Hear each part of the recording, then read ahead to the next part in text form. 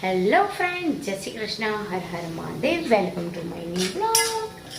તો અહીંયા બની રહી છે સરસ મજાની વઘારેલી રોટલી. અત્યારે સવારના 8:15 થયા છે અને બહાર જો થોડુંક આજે વાતાવરણ બહુ મસ્ત છે, ઠંડુ ઠંડુ વાતાવરણ છે, મજા આવે એવું છે. બહાર એટલું મસ્ત પવન આવે છે ને થાય કે બહાર જ બેસી રહીએ, પણ ઘરમાં કામ હોય એટલે આપણે શું કરીએ. તો જો વઘારી રોટલી થઈ જાય પછી આપણે બનાવવાના છે થોડા પરોઠા. છોકરાઓની ફરમાઈશ છે એટલા માટે. અને બહાર જો તમને દેખાય તો લિયો અને ભગત દૂધ ને રોટલી ખાઈને કેવા મસ્ત મજાના સૂઈ રહ્યા છે ઠંડા વાતાવરણમાં, જોઈ શકો છો. અને જો હજી તો કપડાં ધોયા છે વોશિંગ મશીનમાં. હવે ચા પાણી કરીને બીજા બધા કામ કરીશું. તો આજે શું બનાવવું એ માથાકૂટ છે થોડીક, એવી છોકરાઓને પૂછીને પછી બનાવી દઈએ. તો ચાલો, જૈનિક નાવા ગયો છે, તન્મય પણ નાવા ગયો છે. અને તન્મયને આજે તાવ આવી ગયો છે એટલે સ્કૂલે ગયો નથી.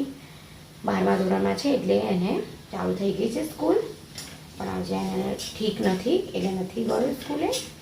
તો ચલો, તો જો અહીંયા અમે ચા પાણી નાસ્તો કરી લીધું છે અને આપણા તન્મયભાઈને બાકી છે. તન્મય નહીં ધોઈને તૈયાર થઈ ગયો છે અને મેં કીધું ઓ બેટા ચાલ, મારો દીકરો બીમાર થઈ ગયો છે. મેં કીધું ચાલ બેટા હવે પરોઠા અને દૂધ ખાઈ લે, પછી બીજી દવા અપાય અને એવું છે. અને સેવા બી થઈ ગઈ હતી ક્યારની, તમે જોઈ શકો છો. અને બસ જો હવે, અને તમે મારી પાછળ જોઈ શકો છો આપણા જોગી આયુર્વેદિક જે સુરત આવેલું છે એમાંથી મેં દવા મંગાવી છે. તો કાલ સાંજનું સ્ટાર્ટ કરી દીધું છે દવા ગળવાનું મેં. આ મને ગેસ ને એવું થાય છે એનું, તો જોઈએ હવે શું રિઝલ્ટ આવે છે. જોકે એનું બેસ્ટ જ રિઝલ્ટ આવે છે એટલા માટે મને બહુ જ ગમે છે એ, એને મંગાવી દીધું છે. અને હેલો બેટા, કેવું છે તમારા દીકરાને? અને અહીંયા મારા જૈમિકભાઈ કેમ છે? બસ સારું છે. સારું છે ને. જૈમિકને વેકેશન છે એટલે એન્જોય કરી રહ્યો છે. અને તન્મયભાઈને પરીક્ષા સ્કૂલ ચાલુ થઈ ગઈ છે, 12મામાં છે એટલે ને બેટા. કોઈ નહીં, પછી વહેલું પરીક્ષા થઈ જશે. બધું ફેબ્રુઆરીમાં તો આવી જ જાય છે. ઓકે ચલો ખાઈ લે, હાલ ચલો ખાઈ લે મારો દીકરો. અને અહીંયા જો પછુઓમાં તો કાર્ટૂન ચાલુ થઈ જાય છે નાના કિક્કાઓની જે. જૈમિક તો જો કેવો સૂઈ ગયો. હે જૈમિક, હા લાવું છું દૂધ. હાલો ચાલો હેડો ભાઈ, અમારે હવે દૂધ લાવી દઈએ અમે. તો જોઈ શકો છો સવારમાં અમે કેટલા બધા વાસણ ઘસી કાઢ્યા છે. અને હવે દહીંનું ચાલુ કરવાનું છે એટલે ડબ્બા ઘસી કાઢ્યા છે.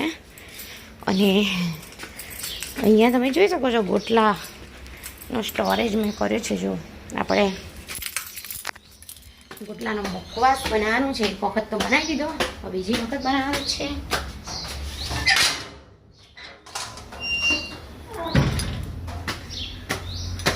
તો જો અહીંયા બધે ધૂળ થઈ ગઈ છે નકરી, કચરો વારવાનો છે. અને આ બધા કોથળા નીચે ઉતારવાના છે, પણ કોક નીચે ઉતારી દે ત્યારે થાય, કારણ કે આટલી બધી તો મને ના ફાવે ઉચકતા. તમે જોઈ શકો છો મારા પ્લાન્ટ્સ તમે. અને આ મહેંદીમાં તો મસ્ત મજાના જો આવી ગયા છે બીજા બધા નવા પાંદડા ને બધું જોઈ શકો છો. જોઈ શકો છો કે આપણે ઘંટી ચાલુ કરી દીધી છે. નીચે જઈ રહ્યા છીએ આપણે. અને મેં હાથમાં લઈ લીધી જ છે આંબોડિયા. જો તડકી મૂકી દઈશું, પછી એના પાવડર બી બનાવી દઈશું. અને અહીંયા બી એક વેલ ઊભી છે કૃષ્ણકાંતાની, અને અહીંયા આમ બાંધી દેવાનું છે. તો બાંધી દઈશું. તો અહીંયા અમે જમવા બેસી ગયા છે. પરવરનું શાક અને રોટલી જોઈ શકો છો. અને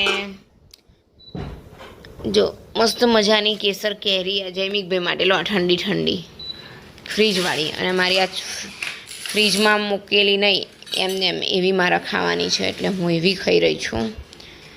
અને ઉલટા ચશ્મા જોઈ લો ચાલુ છે. કોમલબેનને ચોંટાડી દીધા છે. હાથીભાઈ જોડે વાત કરતાં ચોંટાડી દીધા છે. ચાલો, અહીંયા અમારા તન્મયભાઈ જો એના નથી જમવું અત્યારે, એની માટે મગનું શાક બનાવ્યું છે. કેમ? જો દહીંના દરવાના હતા તો રોટલીનો લોટ દરાઈ ગયો છે, ભાખરીનો બાકી છે હજી, કેમ કે ઘરઘંટી બહુ જ ગરમ થઈ ગઈ હતી. એટલે હવે ના આવે 1:45 થયો છે એટલે બધું ચલો થોડોક આરામ આપી દઈએ ને હું પણ થોડોક આરામ કરી લઉં પછી. અને અમે નવા બનાવ્યા છે અથાણા. એ અથાણામાંથી જેમિક જો ખાઈ રહ્યો છે ચણા મેથીનું અથાણું. જેમિકને બહુ ભાવે ને બેટા, એટલે એ ખાઈ રહ્યું છે. જુઓ મસ્ત મજાનું. અને અમને છે ને કેરીનો રસ ઓછો ભાવે છે. કેમ? જેમિકને આવી રીતે કેરીની ચીરીઓ હોય ને એ ખાવાની મજા આવે છે કેરીના રસ કરતાં. એટલે અમે આવી રીતે ખાઈએ છીએ, કેરીના ચીરીઓ કરીને મજા આવે. આમ તો કોને કોને અમારી જેમ ચીરીઓ ખાવાની મજા આવે છે જરા જણાવજો કોમેન્ટ કરીને. અને પ્લીઝ કોમેન્ટ કરો તમને બી મજા આવે. ચલો હવે જમી લઈશું. કેમ જયમેક? હો ચલો હેડો, ચલો બધા જમવા માટે. મસ્ત મજાનું જમવાનું. તો અત્યારે રાત થઈ ગઈ છે એને મારા તન્મય તો જો અમે ખાઈ પીને નવરા થઈ ગયા છે. મારી પાછળ દેખાઈ રહ્યો છે જયમેક, જોઈ લો ક્રિકેટ મેચ જોઈ રહ્યો છે. બસ અમે ખાઈ પીને નવરા થઈ ગયા છે. અને અમારો બ્લોગ ગમ્યો હોય તો લાઈક કરી દેજો, શેર કરી દેજો, સબસ્ક્રાઈબ કરી દેજો.